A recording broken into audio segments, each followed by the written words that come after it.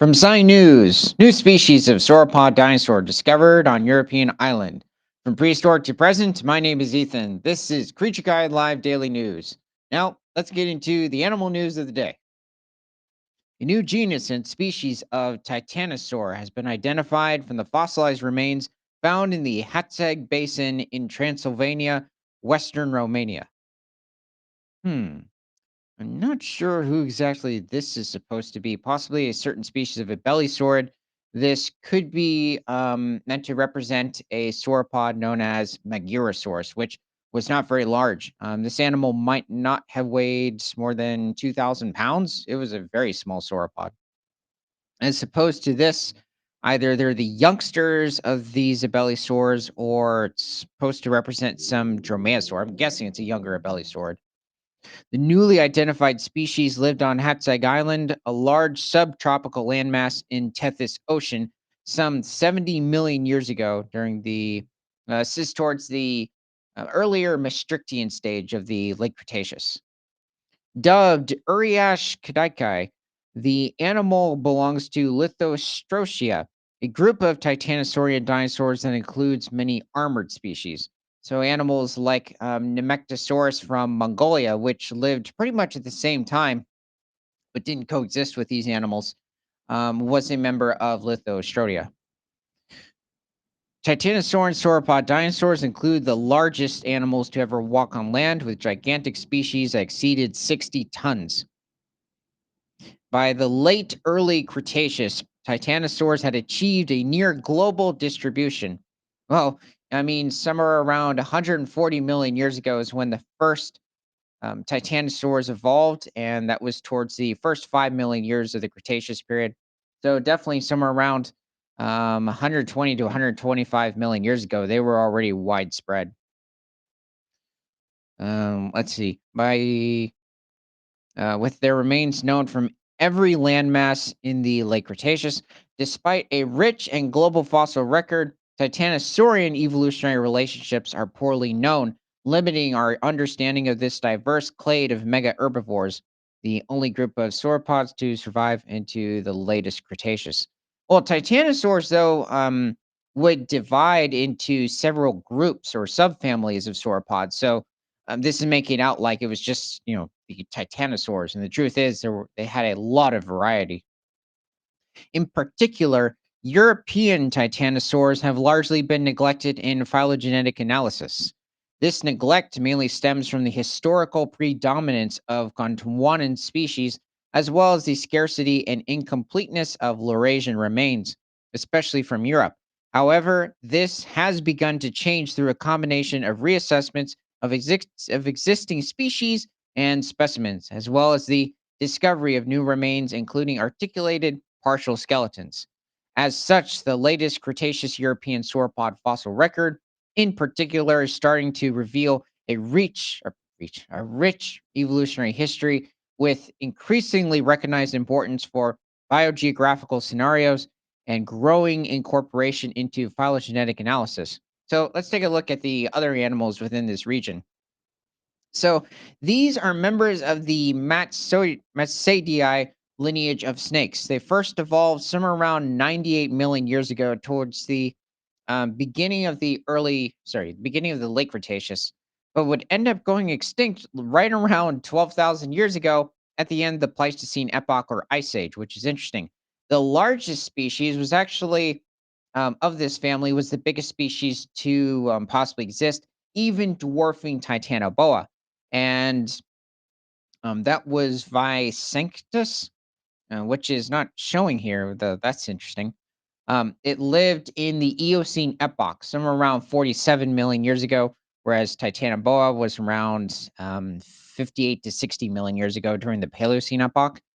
So Visectus was somewhere around 50 feet in length and could reach 2,500 pounds, whereas Titanoboa was somewhere around 47 feet in length and could possibly reach somewhere around 2,000 pounds. Now, the snake from this formation, I think, is Nidophus. I believe is right here. It's a very small species of snake. It might be somewhere around 12 to 20 inches in length. Probably preyed on small reptiles and amphibians at this point. Even smaller dinosaurs wouldn't really see it as a threat. This animal, however, could possibly spell a threat to certain creatures on the around the Hatsek Basin, considering many of these animals were dwarfs compared to their much larger mainland relatives. So this is Adaphosuchus or Aladaphasuchus, which is a member of the Eusuchian lineage of crocodilomorphs, which would later give rise to animals such as the garrels, alligators, and crocodiles. This this large, I guess you could say, clade of you or um, just crocodilomorphs first evolved somewhere around 130 to 140 million years ago during the beginning of the early Cretaceous period. And Allodaphrosuchus was living in Romania about 70 million years ago. It reached about 10 feet in length and probably weighed somewhere around 250 pounds. So it probably preyed on the herbivores within the region, considering it was a decent sized predator for the area. However, even this animal could have probably fed on Allodophasuchus. So this animal would probably make trips from the mainland to this island or to the surrounding islands within the Hatseg Basin. This is Hatzegopteryx. It has been found in different formations within the Hatseg Basin. This is the largest pterosaur to exist. It is a member of the Asdarchid family of pterosaurs, which first evolved somewhere around 125 million years ago during the early Cretaceous. Hatzegopteryx existed in Romania 70 million years ago and had a wingspan of around 35 feet and could have weighed probably 500 pounds. I'm not precisely sure what species of ornithomimid, though, he is capturing here, but this is a really good drawing. And also in the region, you had the hadrosomorphs, such as Telmatosaurus, which, unlike its mainland relatives, this animal was around 15 to 16 feet in length and maybe weighed 1,300 pounds. It's quite small. These, however, are members of the dromaeosaur family called Balur. And Balur was slightly larger than Velociraptor. So this might be a juvenile Telmatosaurus because these animals didn't reach much more than 7 feet in length and might have weighed somewhere around 30 to 35 pounds. So let's see, where were we? The holotype of Uriash Kadaikai was found in the Densasuela formation of Hatseg Basin in Romania. The dinosaur is estimated to have had a body mass of between 5 and 8 tons. That is enormous for the Hatseg animals. Usually they maybe range between 1 and 2 tons for the largest individuals. This is an immense animal and a body length close to 12 meters. So that's around 39 or 40 feet. This is interesting. Uriash kadaikai is the largest titanosaurian species known from the Hatsek Basin and surpassed the maximum values reached by most other late Cretaceous European titanosaurs, with the exception of Abdictosaurus. That's true, with estimates of 14 tons and 17.5 meters in length. The paleontologist said. Probably what caused this larger increase in size was simply that the landmass that Uriash and as well Abdictosaurus were living on was much larger compared to like sauropods such as Megarosaurus and even the hadrosomorphs like Tematosaurus. So, if you're also enjoying my news, please leave a like, comment, and share this show with everyone you know. Now, let's get back into the news. The presence of large-sized titanosaurs such as Uriash kadaikai is noteworthy and requires explanation because it appears to contradict or at least undermine the supposed action of the island rule upon these faunas. Uriash kadaikai coexisted with three other titanosaurian specimens: Megarosaurus dicus, Paludititan nalitzensis, and Petrustitan hungaricus. So this animal was probably found in Hungary. Um, that's interesting because apparently Uriash was also coexisting with these smaller titanosaurs. I'm not sure what's going on either. According to the researchers, this diversity was likely even higher, as evidenced by the substantial amount of associated fossils. Our phylogenetic analysis showed that these Transylvanian titanosaurs present particularly close relationships with Gondwanan species. Magurosaurus is recovered either as a member or a close relative of Saltasauridae. So, Saltasauridae is a branch of sauropod, or is a branch of titanosaurs.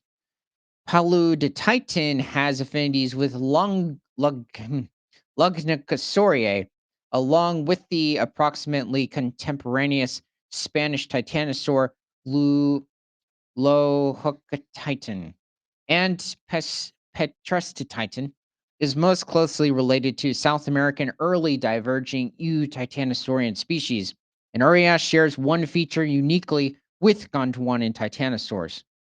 Longnocosauria with Paludititan, I believe, is also a subfamily of titanosaurs. These analyses also strengthen the paleobiogeographical hypothesis that the latest Cretaceous European titanosaurs were members of Gondwanan lineages that invaded the former area during the Permian and Albian ages. That's funny. I've never, well, I think I have seen it, but usually they will just mention that the titanosaurs or theropods migrated to a certain area. They moved here, saying that the titanosaurs invaded the area and they wiped out all the other sauropods. Since its initial discovery, Megarosaurus dacus has been identified as a dwarf sauropod. Well, I mean, it is, with island dwarfism proposed as an explanation for the diminutive size of this species and other dinosaurs on Hatzig Island. Oh, and by the way, this is a more realistic representation of Balur. So this is the velociraptor-sized dromaeosaur within the area. It's very likely it was covered in feathers. It's interesting because they have it like certain birds today where the feathers are covering the toes. I'm wondering if there's evidence from preserved skin specimens, or possibly just pigmo fibers that have been well preserved that indicate that there were feathers on its feet. And, as well as the rest of the body, looks pretty good. Oh, so there was a member of the rabidontid lineage of iguanodontids has also been found within the Hatseg Basin. This is a very small herbivore. This is Zalmoxes, which is not much more than 8 feet in length. It might have weighed some around, um, 80 to 110 pounds. So it was like Impala size. Impala referring to the, antelope, not the car. So, Zalmoxes, the Rapidontids first evolved somewhere around 85 to 90 million years ago. And I think they also would eventually go extinct a few million years before the mass extinction event.